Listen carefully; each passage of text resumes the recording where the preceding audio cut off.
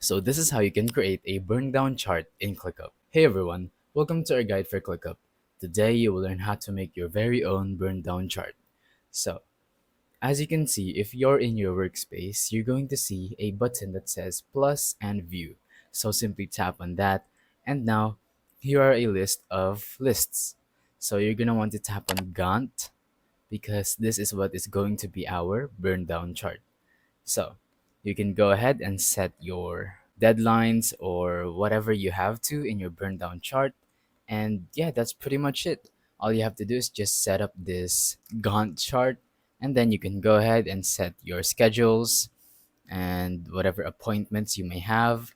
And you can even edit your tasks over here.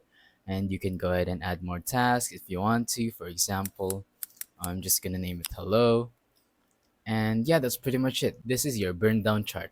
And how do you actually use one? Well, you can go ahead and analyze and keep checking your burn down chart if you have any upcoming schedules or any upcoming deadlines. And yeah, that's pretty much it. Thank you for watching. Don't forget to leave a like, subscribe, and let us know in the comments if the tutorial worked or if you have any questions.